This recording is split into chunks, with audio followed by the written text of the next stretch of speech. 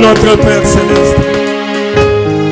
C'est cela, oh Dieu, le refrain de ces cantiques que nous t'offrons comme offrande ce matin, Père.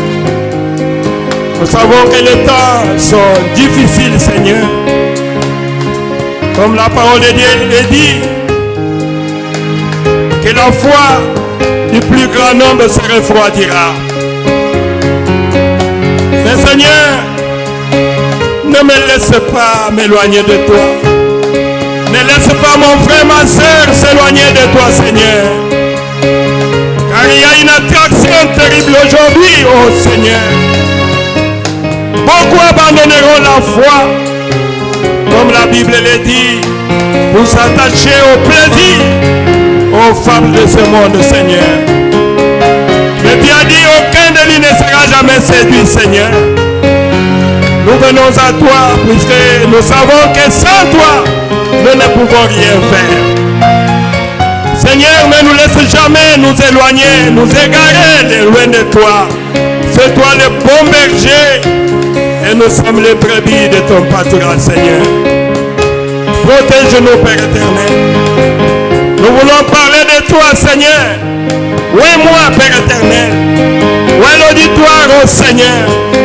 Connecte-nous tous à ton action ce matin, Seigneur. Oh Dieu, parle-nous alors que nous voulons nous attendre à toi. Bénis le culte de ce matin que nous te dédions, que nous t'offrons, Seigneur. Commence avec nous et termine avec nous. Bénis la prédication, que le Saint-Esprit nous parle. Rien que le Saint-Esprit, Seigneur, que nous voulons entendre. Et 4 mois du chemin, toi tu as dit, seront tous enseignés de Dieu. Ouais, moi, Seigneur, ce matin, puisque je me tiens ici, dans ta volonté parfaite, Seigneur. C'est toi qui m'as appelé et c'est toi qui m'as choisi pour faire ce travail, Seigneur. Alors confirme cela, Père, et parle au travers de moi, Seigneur. Je m'abandonne à toi, oh Dieu. Soutiens-moi. Merci, Seigneur.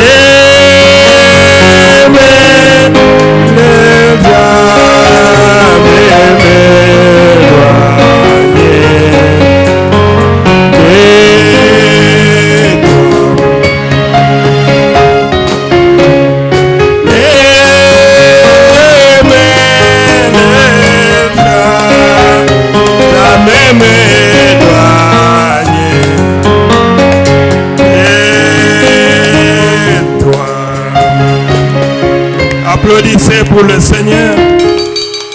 Merci Seigneur Jésus. Alors, nous sommes debout, nous allons prendre nos Bibles.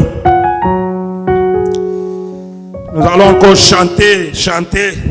Nous sommes venus ici pour adorer le Seigneur et pour écouter aussi sa parole.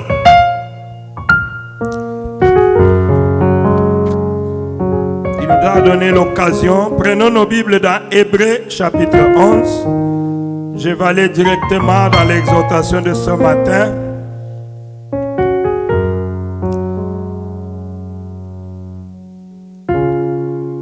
Hébreux chapitre 11. On commence d'abord par Hébreux chapitre 10. Je lis le verset 23. Je lis au nom du Seigneur. Retenons fermement l'espérance que nous proclamons, car celui qui a fait la promesse est fidèle. Amen. Retenez très bien cela. Celui qui a fait la promesse est fidèle.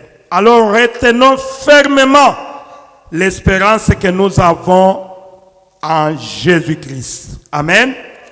Puisque celui qui a fait la promesse, il est fidèle. Ah, merci Jésus. Hébreux 11. Or, la foi, c'est la ferme assurance des choses qu'on espère, la démonstration de celles qu'on ne voit pas. Je saute un peu. C'est par la foi qu'Enoch a été enlevé pour échapper à la mort. Et on ne l'a plus retrouvé parce que Dieu l'avait enlevé. Mais avant d'être enlevé, il avait en effet reçu le témoignage qu'il était agréable à Dieu. Or, sans la foi, il est impossible de lui être agréable, d'être agréable à Dieu, car il faut que celui qui s'approche de lui croit que Dieu existe et qu'il le récompense tout celui qui les cherche. Amen. Dieu récompense toujours mes frères et sœurs. Écoutez encore le verset 7. C'est par la foi qu'Enoch, averti des événements que l'on ne voyait pas encore et rempli d'une crainte respectueuse, a construit une arche pour sauver sa famille. C'est par elle qu'il a condamné le monde Et il est devenu un héritier de la justice qui s'obtient par la foi. Verset 8. C'est par la foi qu'Abraham a obéi lorsque Dieu l'a appelé et qu'il est parti pour le pays qu'il devait recevoir en héritage. Et il est parti sans savoir où il allait. Oh mon Dieu. C'est par la foi que Joseph, à la fin de sa vie, a fait mention de la sortie d'Égypte des Israélites et a donné des ordres au sujet de ces eaux. Amen. Que le Seigneur ajoute la bénédiction à la lecture de sa parole. Merci mes frères et sœurs, merci d'être venus sous la pluie. Cela montre que vous êtes de vainqueurs. C'est une journée terrible, il a plu toute la nuit et ça continue à pleuvoir. Là je me dis, je vais voir le vaillant soldat, le combattant qui aime le Seigneur. Vous êtes là, que Dieu vous bénisse. Oh, merci Seigneur. Que Dieu bénisse aussi ceux qui sont en train de nous écouter au travers des ondes, à l'Internet. Donc, nous sommes là pour parler du Seigneur. J'ai un petit sujet que je voulais partager avec vous, toujours pour fortifier votre foi. J'ai intitulé cela « La qui est basée sur la promesse de Dieu ». Amen. La foi qui est basée sur la promesse de Dieu. Quand j'ai commencé à lire le chapitre 11, la Bible dit « Or la foi, c'est une ferme assurance des choses qu'on espère. » Amen. C'est ça la foi, une ferme assurance des choses qu'on espère et une démonstration des choses qu'on ne voit pas. Amen. Vous avez une ferme assurance. Tu espères quelque chose un jour, alors tu gardes la foi. Amen. Et nous avions lu dans Hébreux 10 que nous devons garder cette assurance-là, puisque celui qui nous a fait la promesse est fidèle. Amen. Celui qui t'a fait la promesse, ce n'est pas un homme pour se repentir un jour. Est-ce que vous comprenez?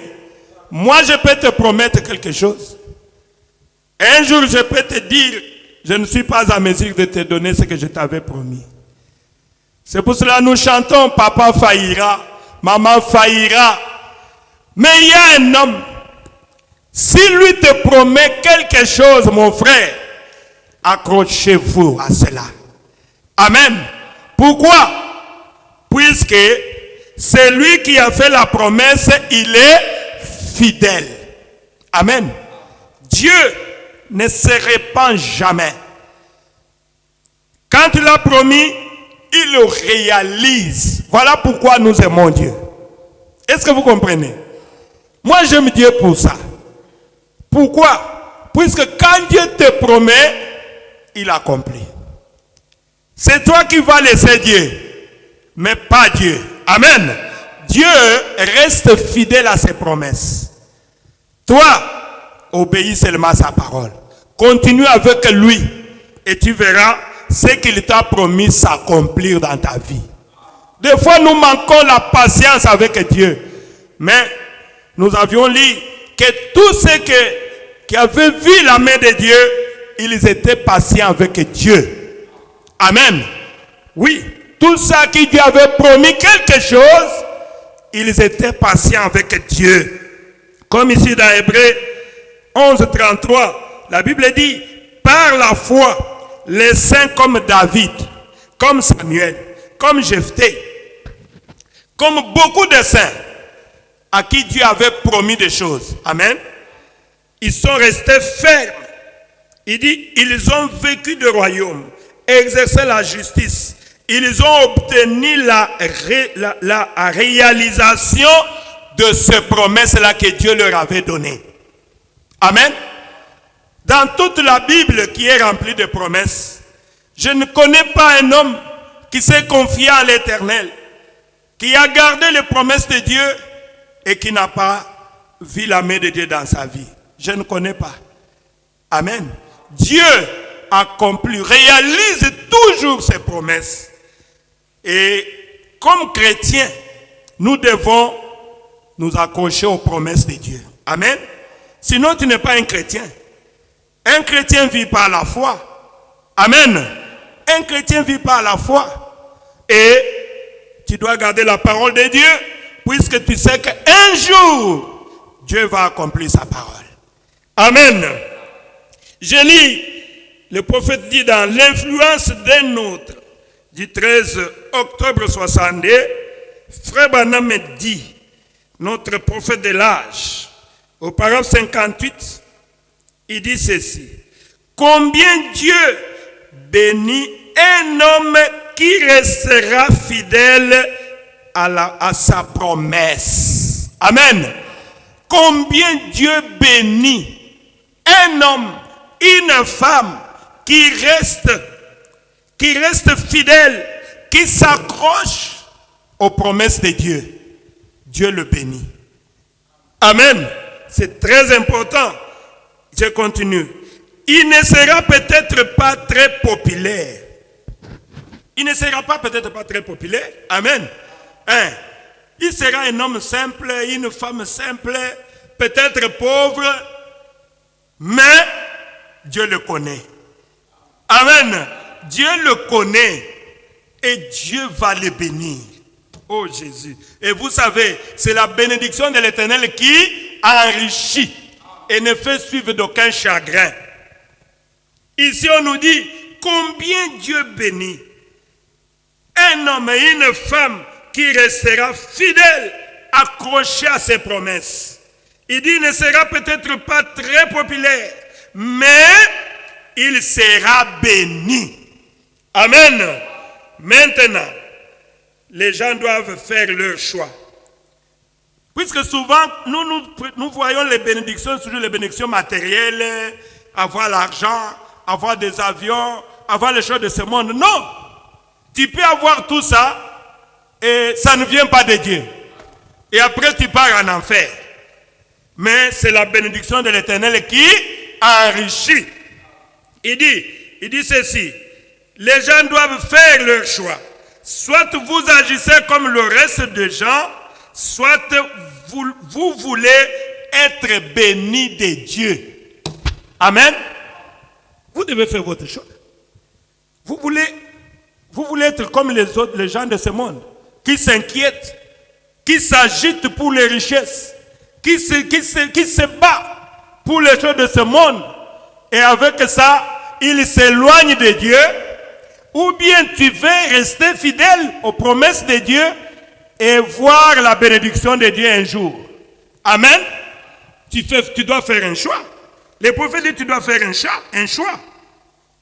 Vous pouvez faire votre choix. Si vous voulez vivre comme le reste du monde, vivre dans le péché, aimer le péché, il dit si vous voulez vivre comme le monde, aimer le péché, vivre dans le péché et dans l'ignorance, il dit vous serez bénis d'eux. Amen. Si vous voulez accomplir les désirs, le plaisir, si vous voulez vivre dans le péché et vous éloigner de Dieu, le prophète dit vous serez bénis du monde. Amen. Oui, vous serez bénis du monde. Mais si vous tournez tous vos désirs vers Dieu, vous serez bénis de Dieu. Amen. Est-ce que vous voulez être bénis de Dieu? Amen. Alors, tournez vos désirs. Tournez votre cœur vers Dieu et vous serez bénis de Dieu. Moi, je veux être béni de Dieu. Qui veut aussi être béni de Dieu? Applaudissez le Seigneur. Merci Seigneur Jésus. Alors Dieu nous demande, le prophète nous dit, si vous voulez être béni de Dieu, tournez vos désirs, tournez votre foi vers Dieu. Amen. Puisque c'est lui qui bénit. C'est lui qui bénit. Oh, merci Jésus. Donc, je vais parler un peu de la foi qui est basée sur la promesse de Dieu. Soit, je voulais parler du poteau d'attache. Chaque personne doit avoir le poteau d'attache. Amen. Ta foi doit être ancrée sur quelque chose. Ta foi doit être soutenue. Donc tu es là avec le poteau d'attache. Par exemple, c'est ça le poteau d'attache. Je suis là. Amen. Je ne bouge pas. Amen. Ma foi est ancrée sur ce poteau d'attache. Amen. Tu dois voir le poteau d'attache. Tu dois voir là où tu dois placer ta foi.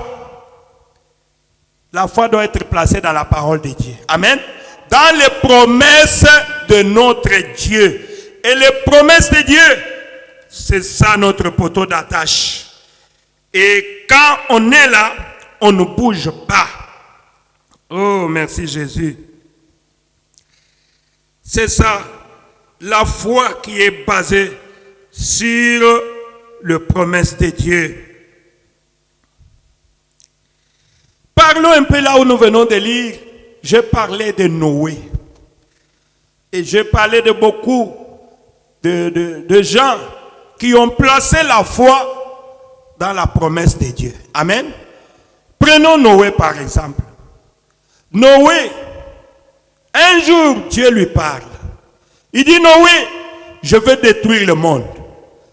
Construis-toi l'arche où tu vas entrer avec ta famille. Amen. Puisque je vais pleuvoir, je vais faire venir la pluie pour détruire le monde entier.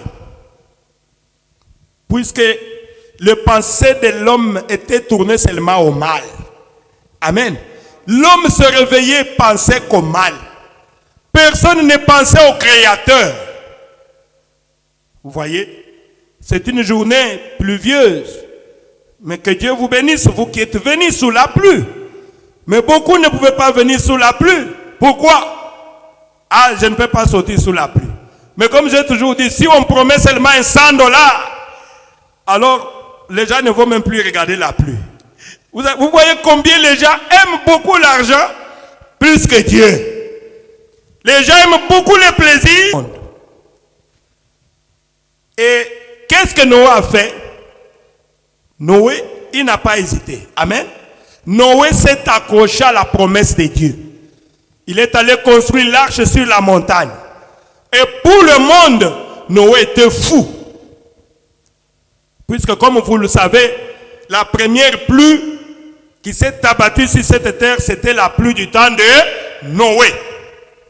Il n'y avait jamais eu de pluie pendant tout ce temps. Qui pouvait croire à ça? Qu'il y aura la pluie. Et cette pluie-là va détruire le monde. Qui pouvait croire à ça? Ce n'était pas facile. Et Noé avait placé sa foi sur la promesse de Dieu. Amen. Noé, il est resté là-bas en train de construire l'arche. Et ça lui a coûté combien? 120 ans. Et il prêchait le même message. Venez, construisons l'arche. Bientôt, Dieu va détruire le monde. Et les gens se moquaient de Noé. Les gens se moquaient de Noé. Mais Noé, la foi de Noé était ancrée sur la promesse de Dieu. Comme nous venons de dire que celui qui a fait la promesse est fidèle. Amen.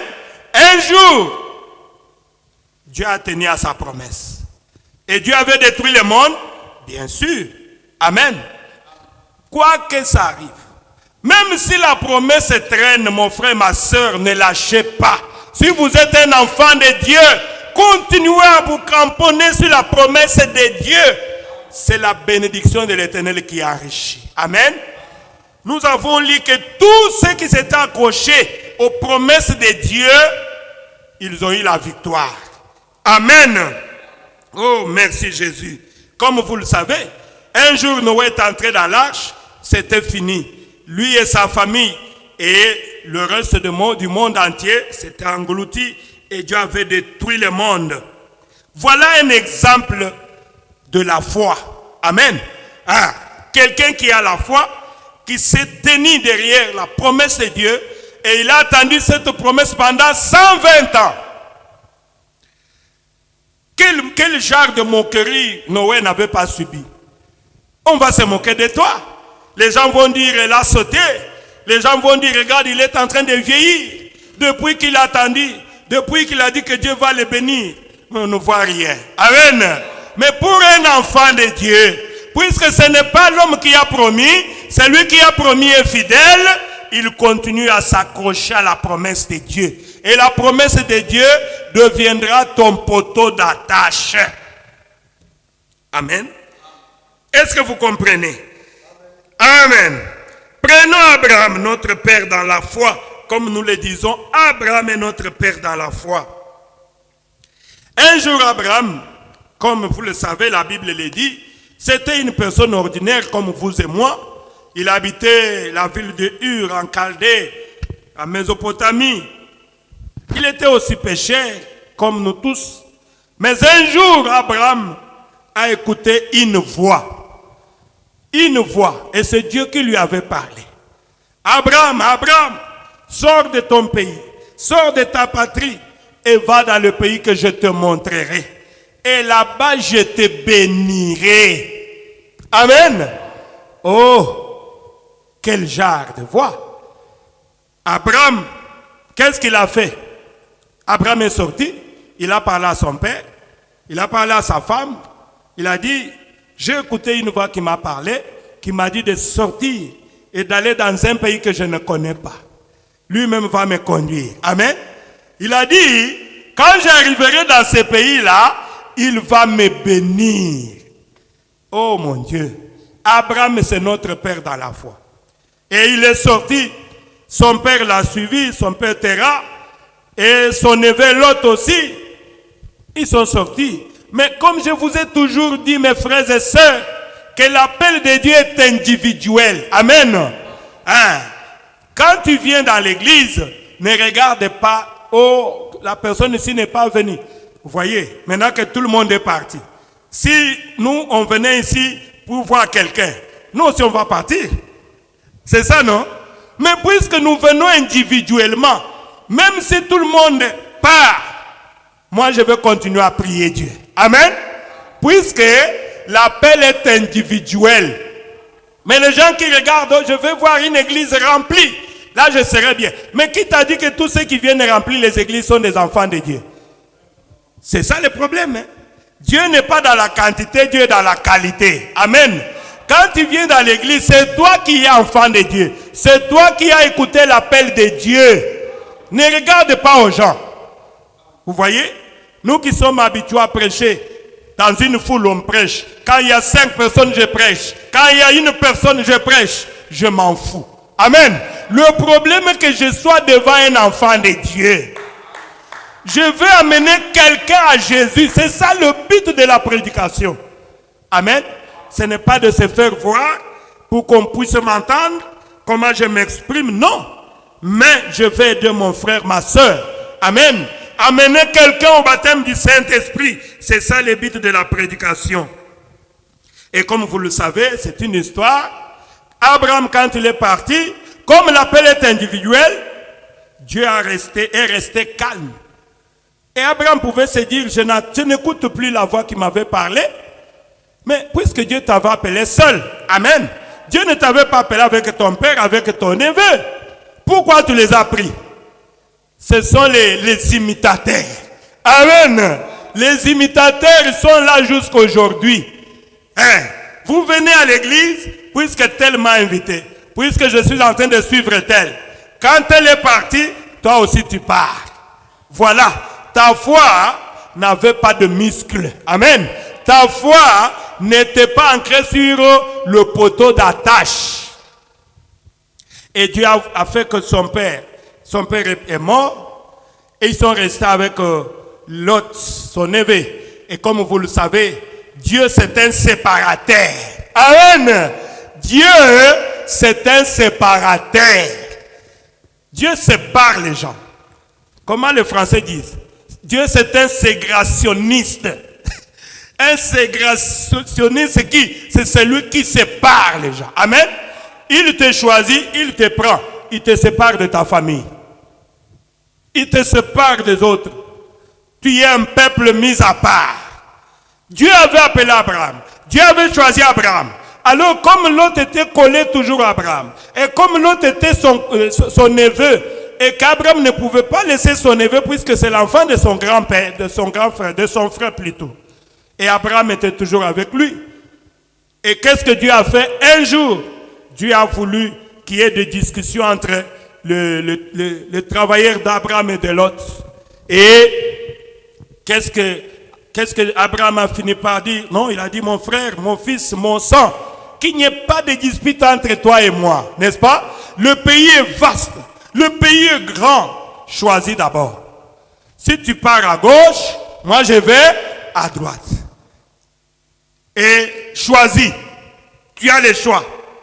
Oh, quand l'autre a regardé la plaine de Moab, oh, l'autre a dit, ah, moi je dois partir là-bas.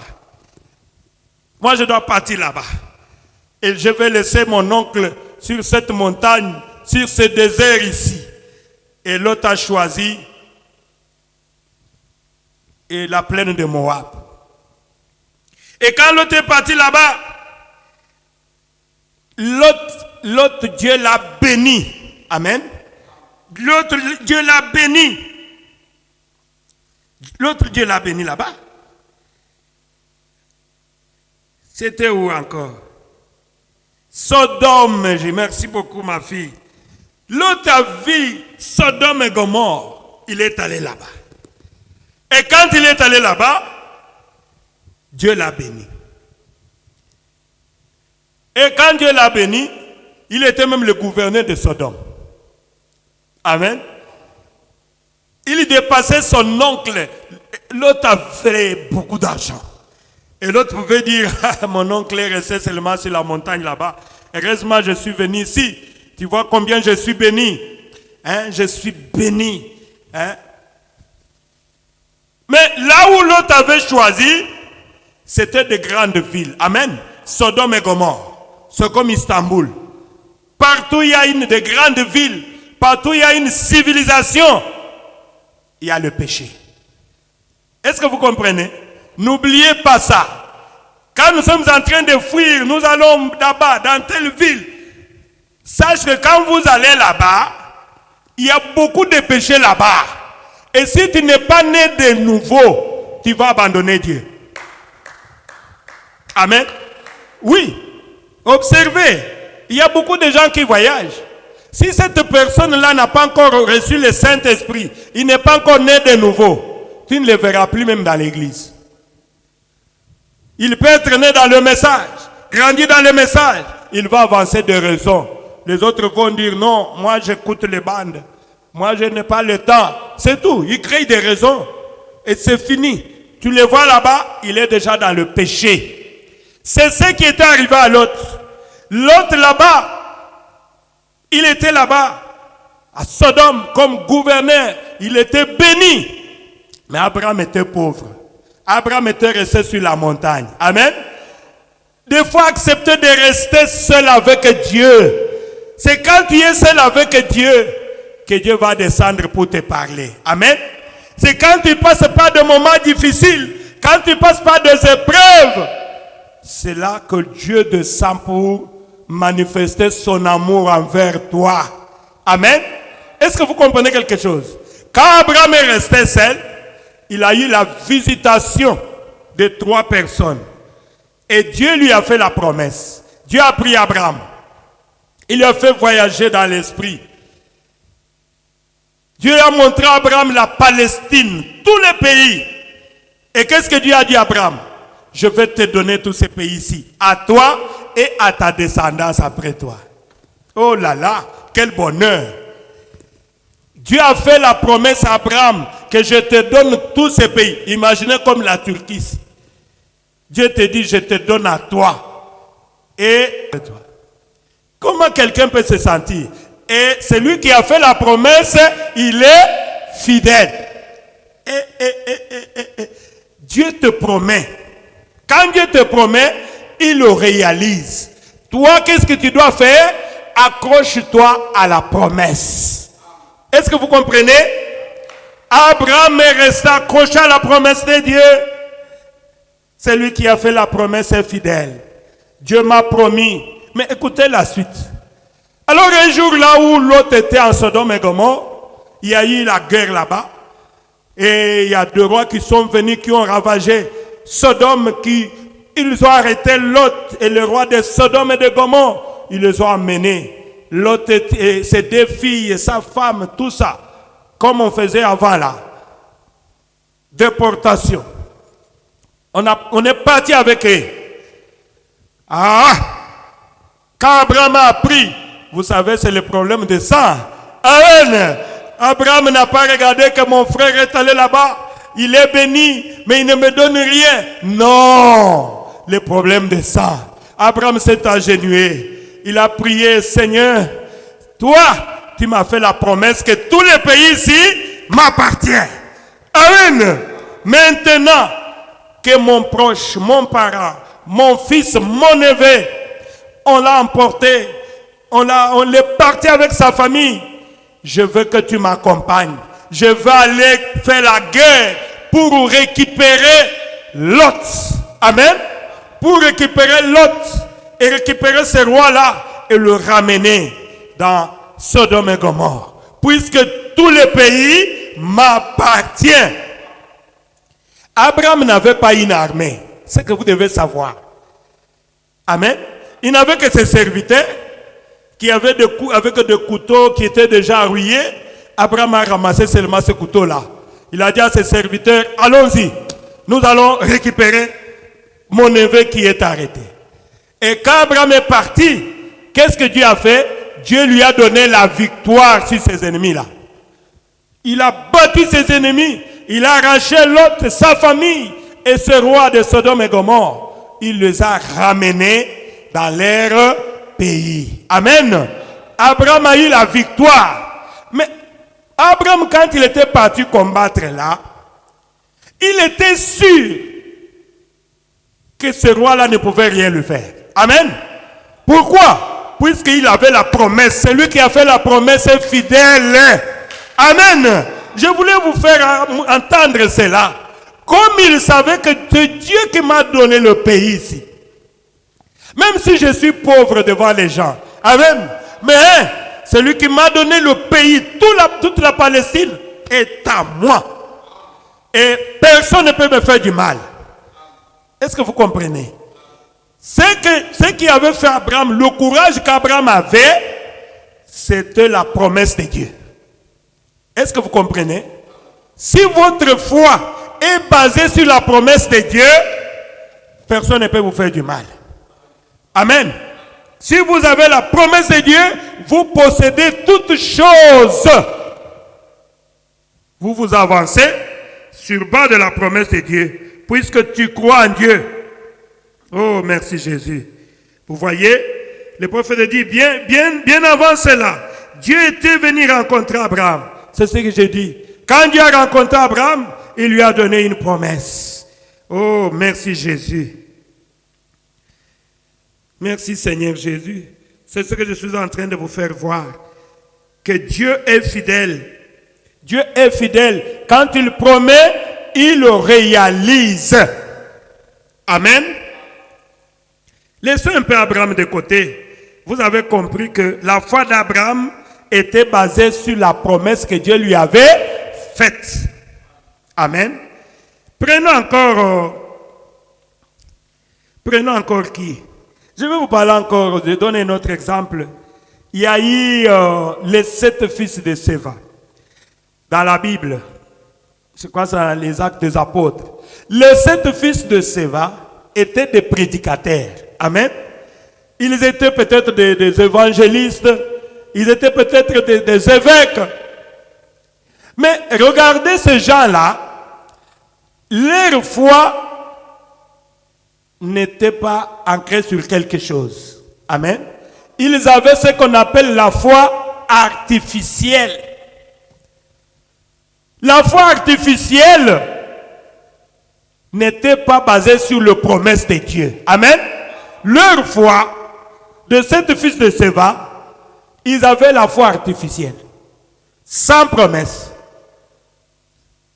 Ils pratiquaient la religion de la seconde main. Je me fais comprendre. Un jour, quand ils se sont retrouvés en face de cet homme-là, qui avait des démons, légion de démons, qu'est-ce qu'ils ont dit? Ils ont dit à ces démons-là, nous te chassons au nom de Jésus-Christ que Paul prêche. Amen. Les démons ont dit, mais vous exagérez. Écoute, nous connaissons Paul. Nous savons qui est Jésus. Mais vous, qui êtes-vous? Comme je l'avais dit, que ces gens-là n'avaient pas d'identité. Et les démons avaient sursauté sur eux. On les avait tapés. Pourquoi? Puisque leur foi était artificielle. Amen. Il y a beaucoup de gens aujourd'hui qui ont cette foi-là artificielle. Même parmi les serviteurs de Dieu. C'est bien de dire le Dieu de Branham, le Dieu de Baruti, le Dieu de mon pasteur. Mais les dieux là doivent devenir aussi ton Dieu. Est-ce que vous comprenez? Les dieux là, le Seigneur Jésus doit te connaître aussi. Amen. C'est ça le problème. Ça ne suffit pas de dire le Dieu de mon pasteur, le Dieu de Branham. Sinon, tu es en train de réciter et les démons vont sauter sur toi. Amen. Tu dois avoir la foi qui est basée sur la promesse de Dieu. Les démons ont dit, nous connaissons Paul. Nous savons qui est Jésus. Mais toi, amen, ta foi est basée sur autre chose. Vous êtes un imitateur. Il y a beaucoup d'imitateurs aujourd'hui. Même derrière la chair. Parmi les serviteurs de Dieu, les soi-disant serviteurs de Dieu, ils ont la foi artificielle. Amen. Lui-même n'a pas été appelé. Lui-même, Dieu ne le connaît pas. Mais il est en train de servir Dieu. En train de dire, Dieu de Branham, Dieu de ceci. Mais ce Dieu-là doit être aussi ton Dieu. Amen. Oui. Tu dois avoir une foi qui est basée sur la promesse. Quand Dieu t'appelle, tu dis, Dieu m'a appelé. Comme moi, Dieu m'a appelé pour le servir. Il m'a appelé, il a dit, tu es mon serviteur. Je serai avec toi. Amen. Dieu m'a appelé, il a dit, tu es missionnaire. Tu es mon serviteur. Et chaque fois que je suis devant un cas, je rappelle à Dieu cette promesse-là. Amen. Je dis à Dieu, Seigneur, c'est toi qui m'as appelé au ministère. C'est toi qui m'as dit que je suis ton serviteur. Je me tiens ici sur ton ordre. Amen. Alors j'ai la foi. Et la foi est basée sur la promesse de Dieu. Mais les gens qui sont en train de servir Dieu en dehors de sa volonté. Voilà pourquoi même quelqu'un qui est malade, il est incapable de poser même la main pour prier. Puisque Dieu ne le connaît pas. Il va seulement dire, ramenez-les à l'hôpital. Mais pasteur, toi aussi, la Bible dit, vous imposerez les mots malades, les malades seront guéris. Mais lui-même ne croit pas à la guérison divine. Lui-même ne croit pas que Dieu guérit. Il ne croit pas que Jésus-Christ est le même hier, aujourd'hui, éternellement. Mais il prêche le message de Frère Branham. Est-ce que vous comprenez? Nous en avons plein. Je vous donne un troisième exemple, celui de David et de Goliath. Vous savez, la foi, comme je suis en train d'illustrer toujours mon titre, la foi qui est basée sur la promesse de Dieu. Un jour, il y a eu ce bout d'homme-là, David. Vous connaissez bien l'histoire. David, c'était le prophète Samuel qui était allé dans la maison de son père et il était oint comme un roi d'Israël. Amen. David était oint comme roi. Alors, Et David, il est allé dans la brousse quand il faisait son travail de berger et il a eu là-bas des expériences. Amen. Le lion est venu pour arracher la brebis. David a tué les lions. Quelle onction. L'ours est venu. David a déchiré l'ours. Mais un jour, David était allé pour déposer la nourriture à ses frères, ses grands frères qui étaient des soldats dans l'armée de Saül. Quand David est arrivé, il a vu sur une montagne un géant Goliath qui était en train de défier l'armée d'Israël. Il disait, monsieur là, il injuriait même les dieux d'Israël. Amen. David ne pouvait pas supporter. David a dit, non. Pourquoi vous laissez cet incirconcis ici en train d'injurier l'armée d'Israël? Non, non. L'onction descendit sur David. Amen. David avait une foi qui était basée sur la promesse de Dieu. Dieu lui avait promis qu'il sera un roi. Et il était sûr que rien ne peut lui arriver jusqu'à ce que la promesse de Dieu va s'accomplir dans sa vie. Est-ce que vous comprenez? Quand vous avez la promesse de Dieu, vous pouvez même provoquer le diable. Est-ce que vous comprenez? Je peux entrer dans le camp du diable avec fierté. Je sais que Satan ne me fera rien. Amen. Pourquoi? Puisque Dieu m'a promis. Dieu m'a promis que je serai enlevé. Amen. Dieu m'a promis que je suis son fils, je suis sa fille.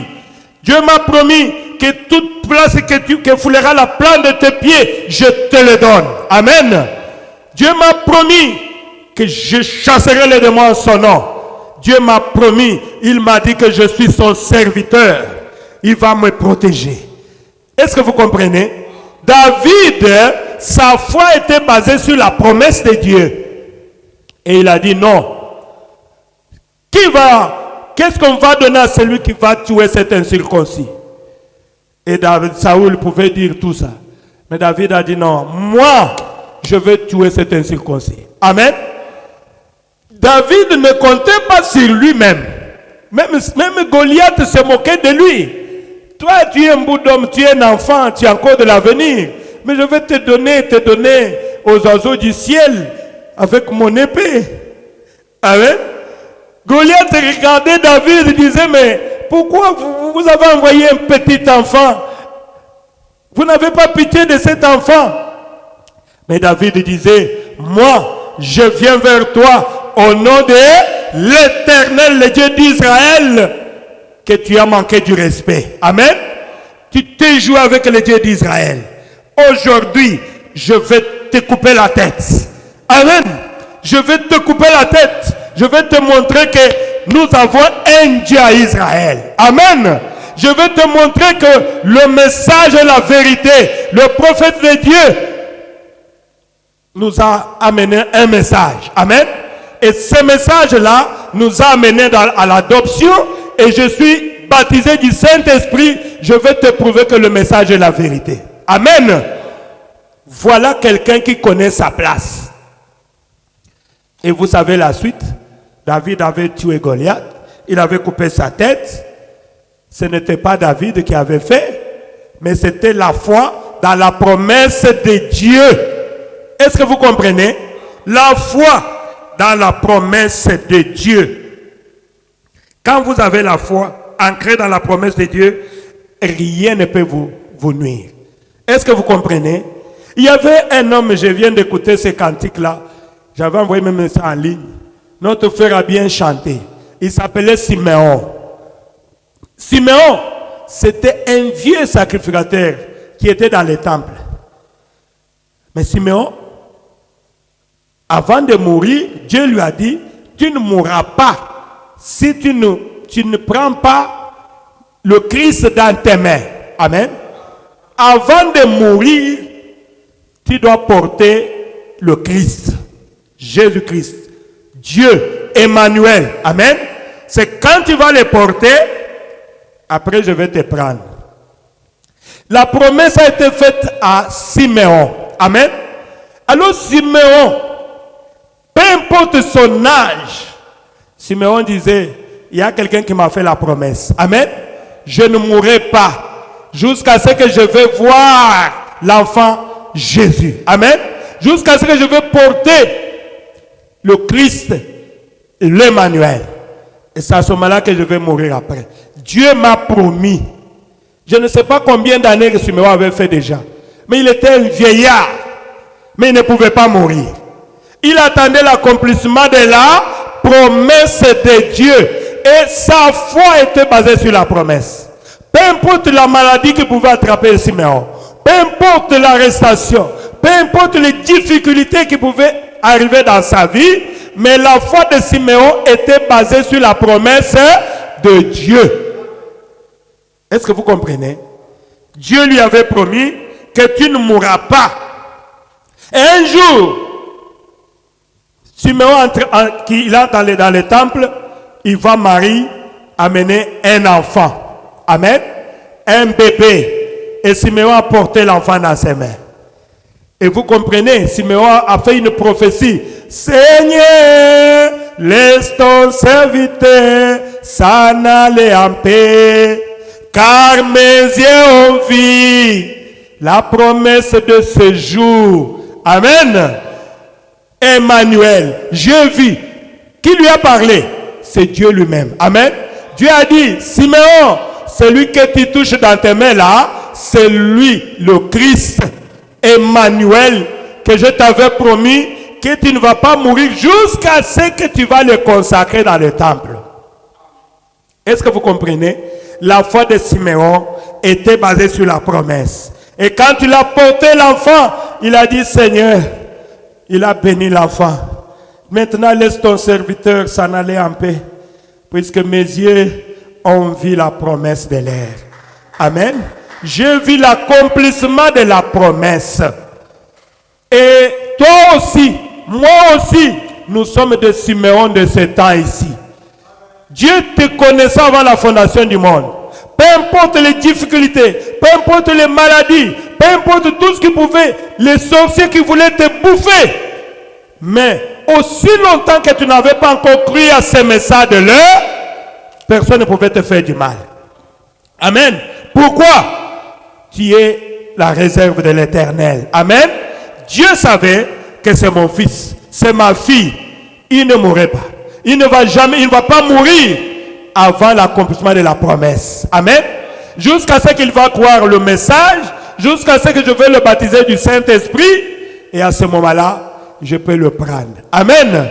Maintenant que j'ai cru le message, maintenant que je vis la promesse de Dieu s'accomplir devant mes yeux, je peux dire aujourd'hui, Seigneur, si tu me prends, je vais aller en paix. Je vais aller au ciel. Amen. Pourquoi? Puisque je connais déjà l'adresse du ciel. Amen. Voilà l'espérance d'un chrétien. Oh, merci Jésus. Avançons encore un peu. Je peux parler de qui encore? J'ai pris encore Josué et Caleb. Ils avaient aussi le poteau d'attache. C'était la promesse que Dieu leur avait faite. Dieu avait dit à Abraham que je vais te donner ce pays, toute la Palestine, à toi et à ta descendance après toi. Amen. La descendance d'Abraham, c'était Jacob. Et c'était Isaac. Après Isaac, il y a eu Jacob. Après, il y a eu les 12 tribus. Ils sont partis en Égypte. Et Dieu est descendu. C'était la promesse de Dieu. Amen. Qui devait passer 400 ans là-bas. Et jusqu'à ce que Dieu est descendu pour les délivrer. Et ils sont passés par la mer Rouge. Ils allaient où? Dans leur pays que Dieu leur avait promis. Amen. Israël partait dans le pays de promesse. Alors Israël avait la foi. Mais comme vous le savez, quand Dieu te promet quelque chose, c'est à toi de combattre pour avoir cela.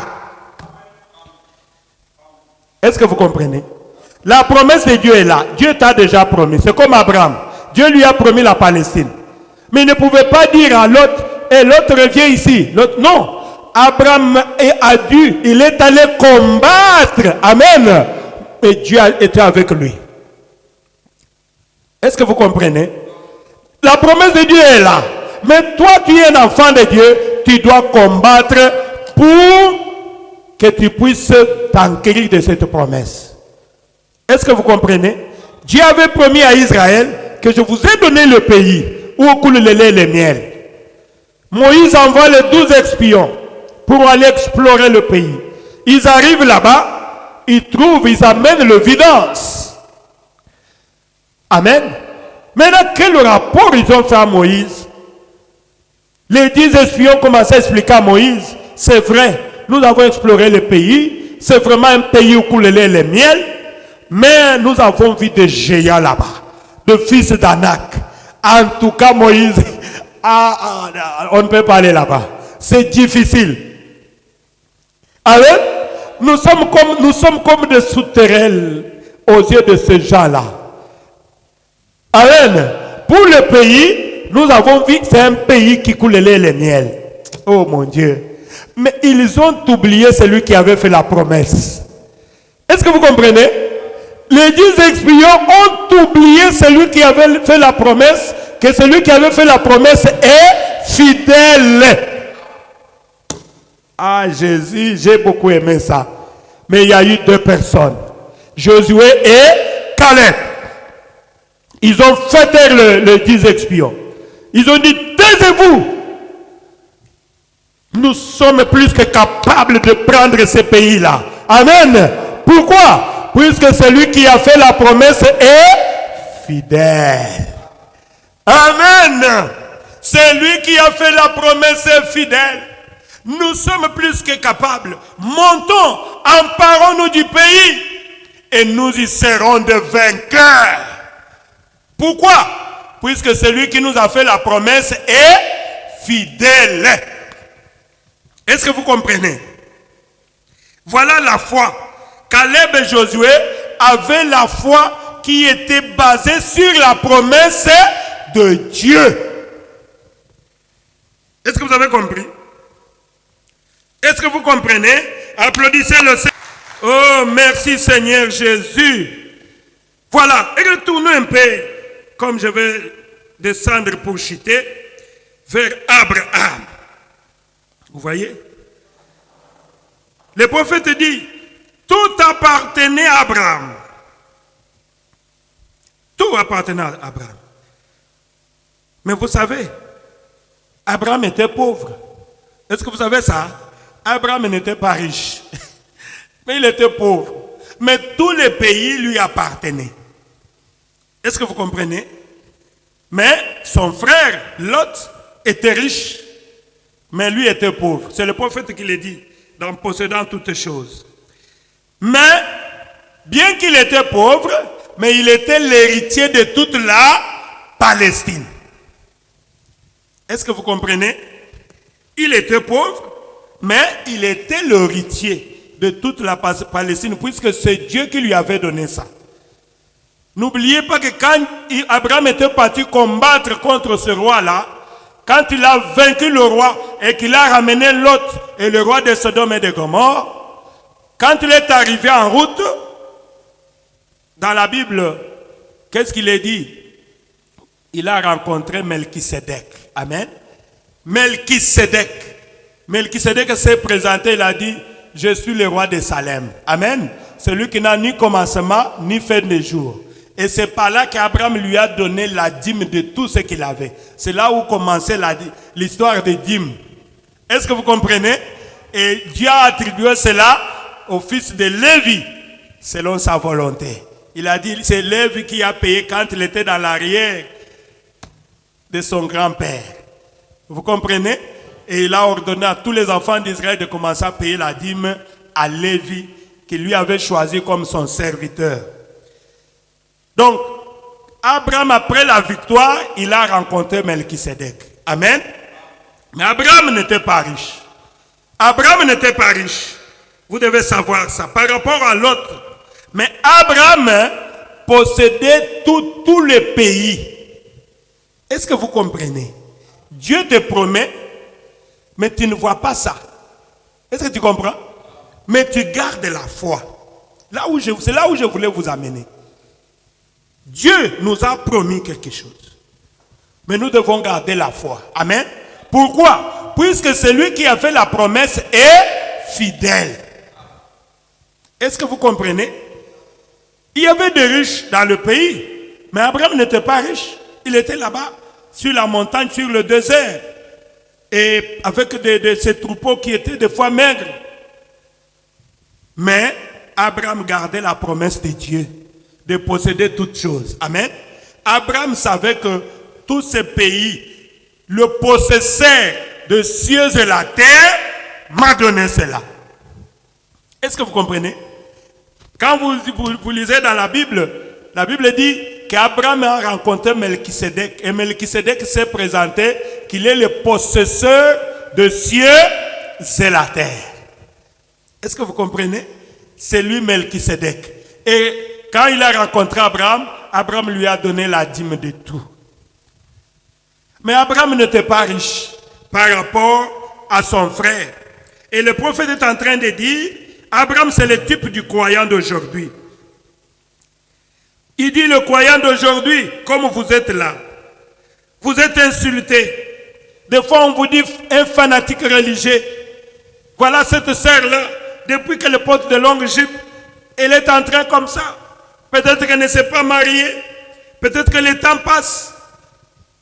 Elle est toujours là. Oh, je garde mon corps. Je garde mon corps. On se moque des fois. Amen. On se moque des fois de nos sœurs. Pourquoi? Puisque nos sœurs ne veulent pas se ressembler au monde. Amen. Ils ne veulent pas se ressembler aux autres filles. Amen. Et les autres filles se moquent de nos sœurs. Se moquent de nos femmes. Mais qu'est-ce que nous faisons? Nous gardons la promesse. Amen. Oh, merci Jésus. Nous gardons la promesse. Malgré les insultes, malgré qu'on nous injurie, les fanatiques religieux et qu'on sort. Parfois, le prophète dit, on nous chasse des pays comme ici. Comme nous sommes là, on nous chasse des pays. Amen. On nous chasse des fois dans le pays. On nous chasse. Il est parfois chassé du pays. Nous travaillons dur. Amen. Pour payer nos factures. Pour trouver de quoi manger. Nous travaillons dur. Mais, oh merci Jésus. Ça, je vais vous amener à ça. Il dit, mais il marche. Il est heureux. Il est humble de cœur. Car il sait qu'il est héritier de Dieu. Co-héritier de Christ. Amen. Je marche, je suis heureux car Jésus m'a sauvé. Ma joie, c'est parce que Dieu m'a choisi. Amen. Je voulais vous faire comprendre. Vous souffrez peut-être maintenant. Vous ne savez pas où aller. On nous arrête dans le pays où nous sommes. On nous chasse dans le pays. Mais n'oubliez pas que nous sommes les héritiers de toutes choses. Le ciel, c'est la terre, c'est pour notre Père. Et nous sommes des héritiers de la Turquie, du monde entier. Mais on nous traite comme des esclaves. Mais ne vous en faites pas, mes frères et sœurs. Amen. Vous êtes des héritiers. Vous devez être heureux, puisque celui qui a fait la promesse est fidèle. Est-ce que vous comprenez? Oh, mais ça m'a fait du bien. La Bible dit, les humbles de cœur posséderont les pays. Car ils sont héritiers, ils hériteront la terre. Oh, merci Jésus. Bien que pauvres aux yeux du monde, mais nous possédons toutes choses. Amen. Aux yeux du monde, on se moque de nous. Ah, ils sont pauvres. On va les chasser demain. On va les chasser le lendemain. Voilà comment, des fois, nos frères et sœurs, ils vont aller chercher à voyager dans des conditions très difficiles. Tout ça pourquoi? Pour chercher quand même un endroit où nous pouvons être à l'aise. Amen. Mais, même s'il traverse comme ça, même s'il voyage dans de telles conditions, si tu as Dieu dans ton cœur, tu sais que je suis l'héritier de toutes choses. Amen. Oh là là, je suis l'héritier de cieux et la terre. Pourquoi? C'est mon Père, n'est-ce pas? Mon Père, le Seigneur Jésus-Christ, le possesseur de cieux et la terre, c'est notre Père. Amen. Et il nous a fait des héritiers. Il dit, le croyant aujourd'hui, il a un titre de propriété incontestable. Amen. Nous avons les titres de propriété.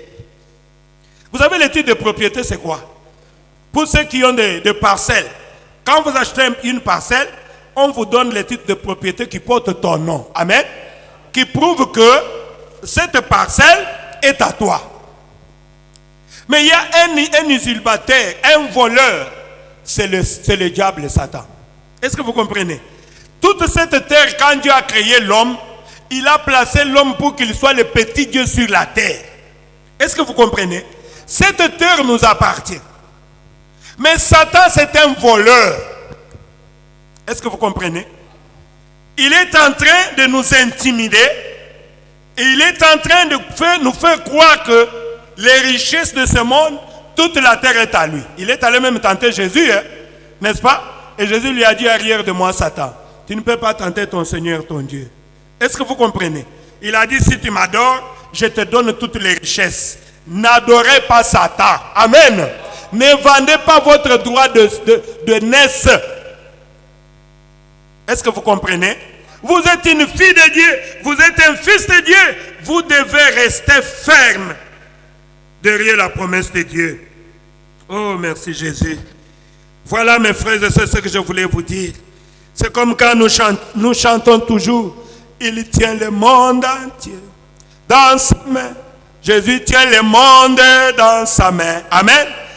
Le monde, c'est Jésus qui tient le monde dans sa main. S'il dit un mot, toute la terre va s'écrouler. Amen. Si Jésus décide de dire un mot, d'ailleurs Istanbul c'est une île. Il y a de l'eau de gauche à droite. Et l'eau va entrer ici, il n'y aura plus de terre. Amen. Si notre Père dit un mot, mais qu'on nous maltraite, qu'on fasse ce qu'ils veulent, mais néanmoins, nous sommes des héritiers. Amen. Il faut connaître ta position, mon frère, ma soeur. Tu dois connaître ta position. Jésus tient le monde entier dans sa main. Nous chantons aussi, chaque promesse dans ce livre est mien. Amen. Cette Bible est remplie de beaucoup de promesses, mes frères et sœurs. Et chaque promesse dans cette Bible est pour moi. Chaque verset, chaque ligne.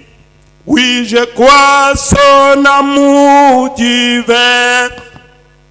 Chaque promesse dans les livres est mien. Est-ce que vous comprenez?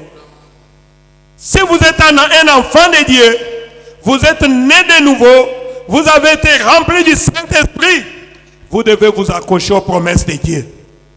Est-ce que vous comprenez? Dans cette Bible, il y a plein de promesses. Le prophète dit, si tu es malade par exemple, avance vers Satan avec la promesse de Dieu et arrache la bonne santé que Satan t'a ôtée. Est-ce que tu comprends? Tu es malade, tu es un fils de Dieu. Avance chez Satan. Satan, allez, remets-moi la bonne santé.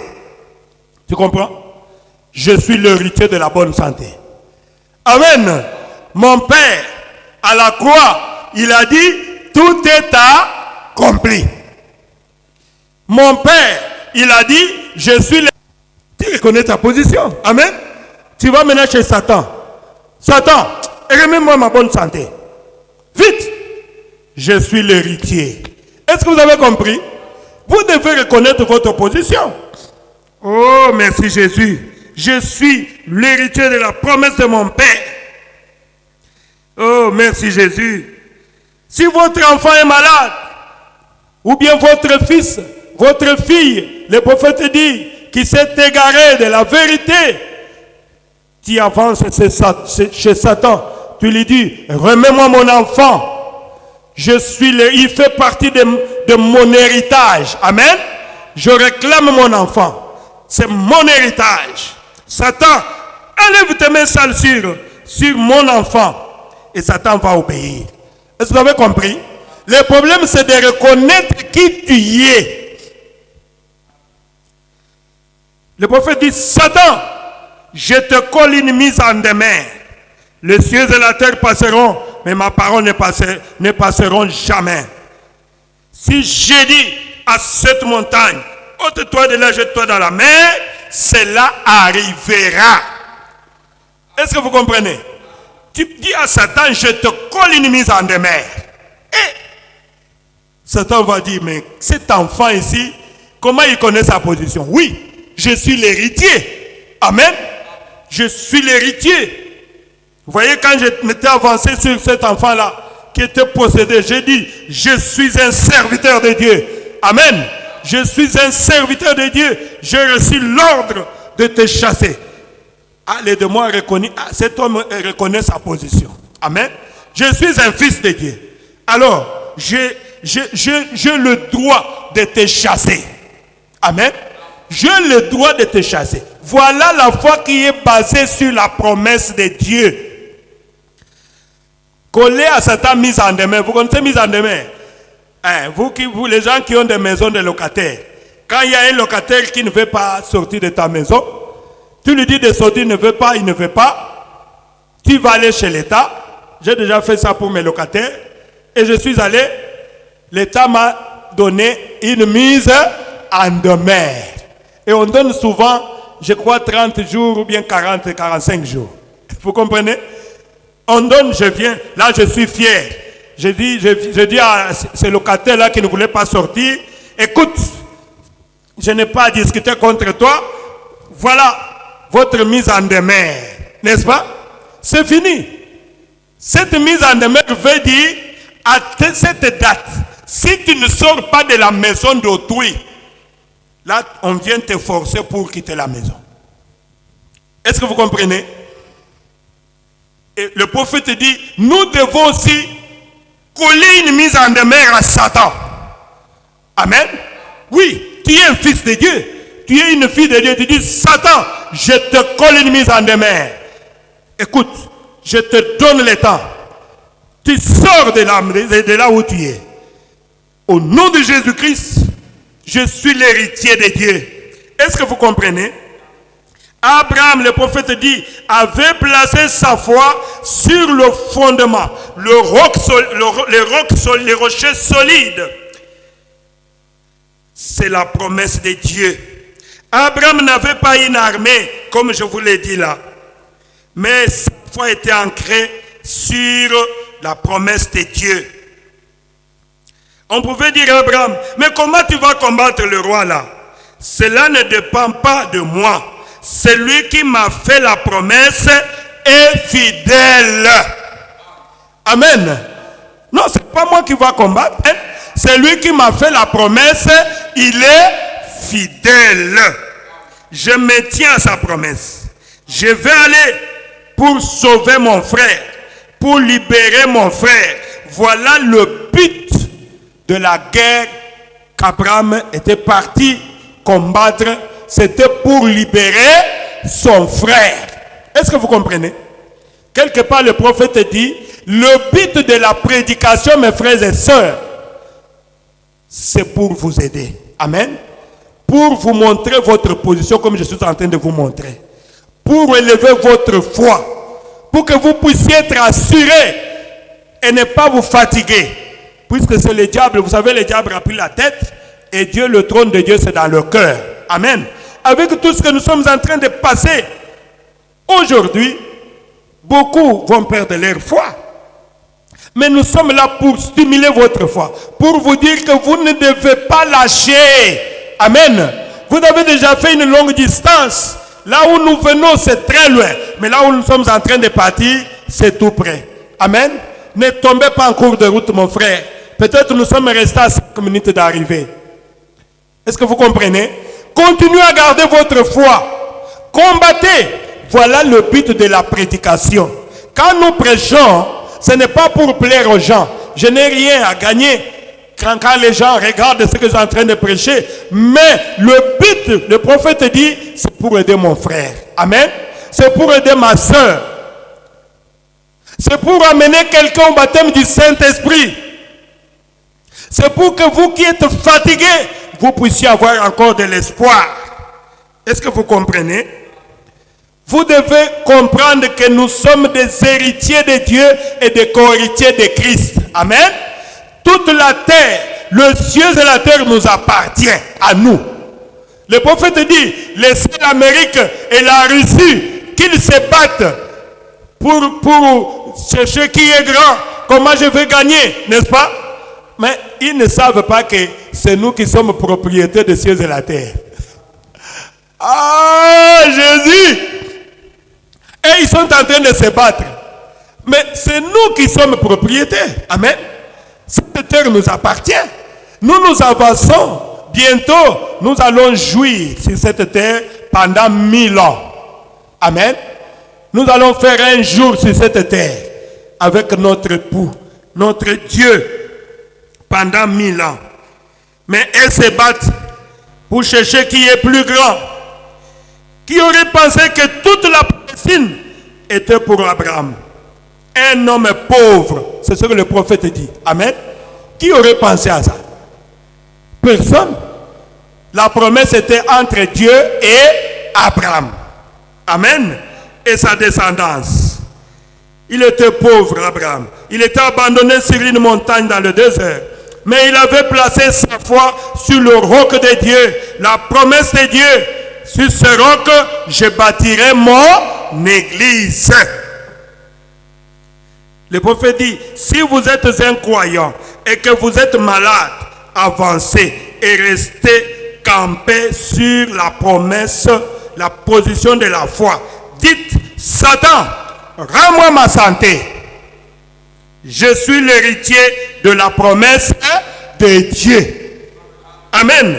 Le prophète dit, si vous n'avez pas encore reçu le Saint-Esprit, regarde à Satan en face et dites-lui, la promesse du Saint-Esprit est pour moi. Je le reçois au nom du Seigneur Jésus-Christ. Est-ce que vous comprenez? Oh, merci Jésus. Ça, c'est très bien. Puisque je suis l'héritier de toutes choses. Abraham avait gagné le combat et revenez en vainqueur.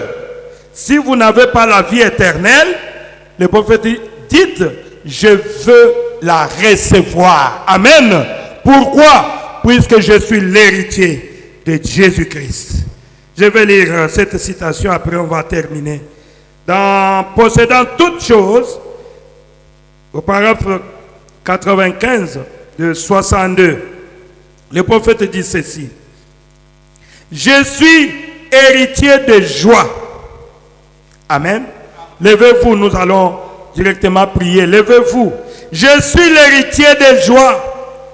J'ai le droit d'être heureux. Amen. Dites, je suis l'héritier de joie. Répétez après moi. Je suis l'héritier de joie. Je suis l'héritier de joie. J'ai le droit d'être heureux. J'ai le droit d'être heureux. Amen. Tu as le droit d'être heureux. Peu importe la situation dans laquelle tu te trouves. Amen. Je suis l'héritier de joie. J'ai le droit d'être heureux. On va te poser la question. Qu'est-ce qui vous rend donc si heureux? Je réponds, j'en ai le droit. Amen. J'en ai le droit. Comment le savez-vous? Parce que j'en suis un héritier. Amen. Maintenant, je me sens religieux. Le prophète dit, écoutez, je suis un héritier du bonheur. Je suis un héritier de la joie. Je suis un héritier de la paix. Je suis un héritier de la vie éternelle. Amen. Je suis un héritier du Saint-Esprit. Amen. Je suis un héritier de toute évidence que cela possède. Je suis héritier de l'autorité de Dieu. Amen. Qui t'a fait cela? Ce n'est pas moi, c'est lui qui l'a fait. Chacun de vous est héritier de la même chose. Je suis héritier du trône. Amen. Je suis l'héritier du trône. Qui t'a dit ça? Mais Jésus a dit, celui qui vaincra, il viendra s'asseoir sur mon trône avec moi, comme j'ai vaincu, je me suis assis avec mon Père sur mon trône. Donc je suis l'héritier du trône. Ah mon Dieu. Oh mon Dieu. Celui qui vaincra. Je suis l'héritier. Je suis l'héritier. Est-ce que vous êtes aussi des héritiers? Applaudissez pour le Seigneur. Oh, merci Seigneur Jésus. Voilà cette petite exhortation, mes frères et sœurs. Avec ça, je crois que nous allons sortir joyeux. Amen. Nous avions appris aujourd'hui que la foi que tu as doit être basée sur la promesse. Amen. Dieu nous a fait tant de promesses dans cette Bible et Dieu nous demande de nous accrocher à ces promesses. Peu importe les difficultés, mais nous sommes des héritiers de toutes choses. Amen. Oh, merci Jésus. Si les musiciens peuvent chanter avec moi. Chaque promesse dans ce livre mien. Chaque chapitre, chaque verset, chaque ligne. Oui, je crois son amour divin. Chaque promesse dans les livres. Oh, chaque promesse dans les livres. Oh, chaque chapitre, chaque verset. Oh, Jésus, oui, je crois son amour divin. Chaque promesse dans les livres miens. Il m'avait promis le Saint-Esprit. Je le reçois par la foi. Oui, je crois son amour divin. Oh, chaque promesse dans ses livres. Oh, chaque promesse dans les livres. Chaque chapitre, chaque verset, chaque ligne. Oui, je crois son amour divin. Chaque promesse dans ses livres miens. Oh, il m'avait promis la guérison.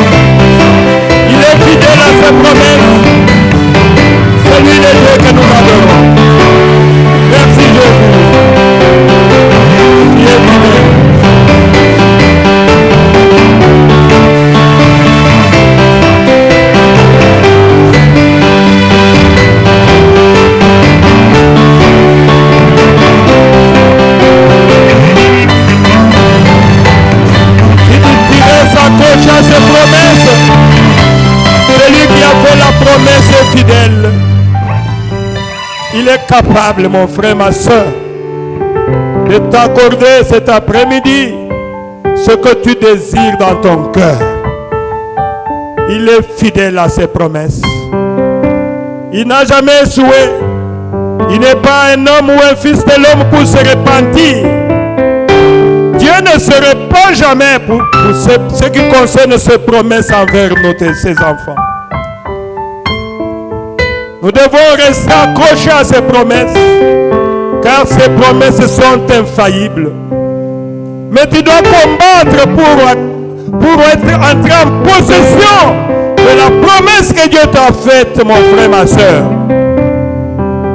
Tu dois supporter les épreuves. Tu dois combattre pour la foi qui a été transmise une fois pour le saint. Dieu est fidèle. C'est ce que nous devons reconnaître cet après-midi. Que celui qui a fait la promesse est fidèle. Il a toujours accompli sa promesse. Je vais prier pour vous. Dieu notre Père Céleste, merci Père bien-aimé pour ta présence au milieu de nous. Nous sommes dans la joie, oh Dieu, de sentir cette présence parmi nous, Seigneur.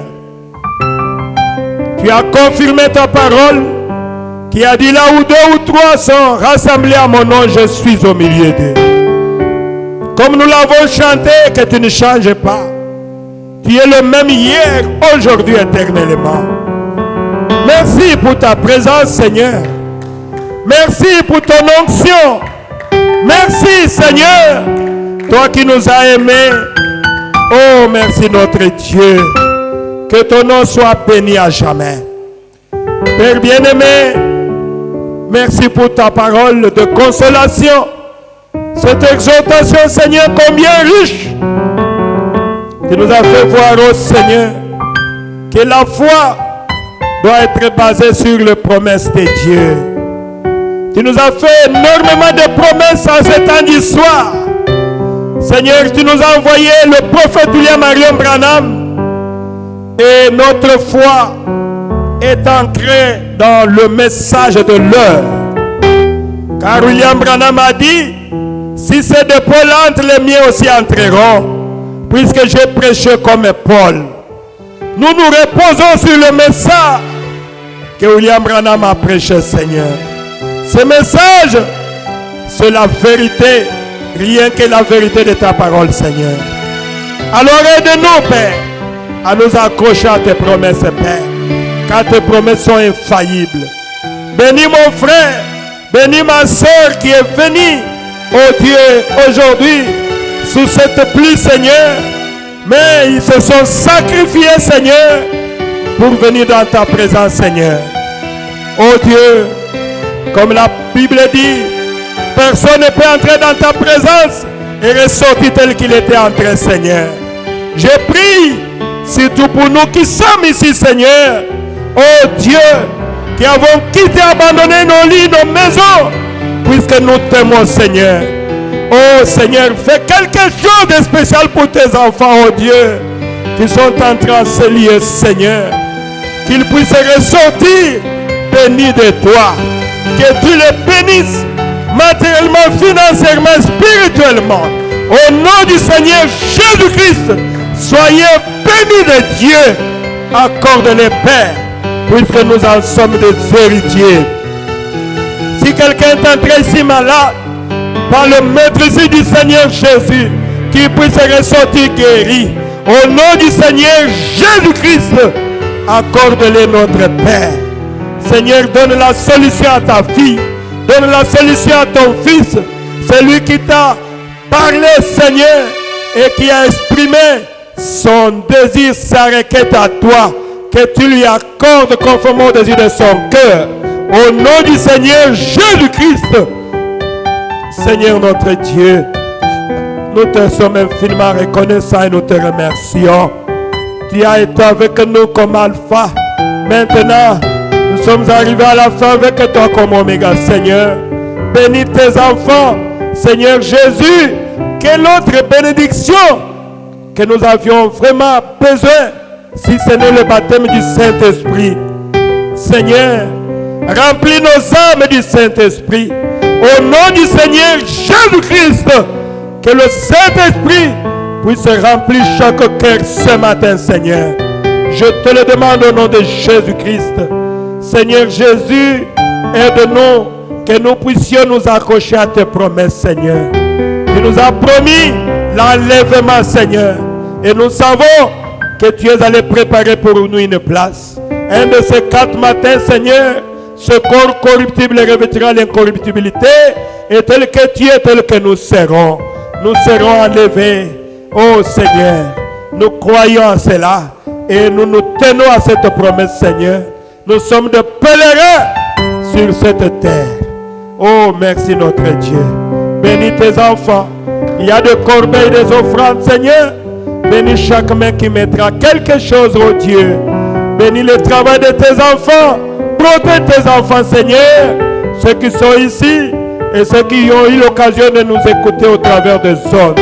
Que tu les bénisses aussi, Seigneur. Bénis Israël, ton peuple. Bénis ton épouse à travers le monde. Seigneur Jésus, nous sommes arrivés à la fin. Prions pour que tu retournes avec chacun de nous en paix. En cours de route, sois notre protecteur et que rien de mal ne puisse nous arriver, Seigneur. Nous laissons toutes choses entre tes mains et toute la semaine entre tes mains, Seigneur. Oh Dieu, si tu tardes à venir, permets que le dimanche prochain, que nous puissions encore être ici pour écouter ta parole, Seigneur.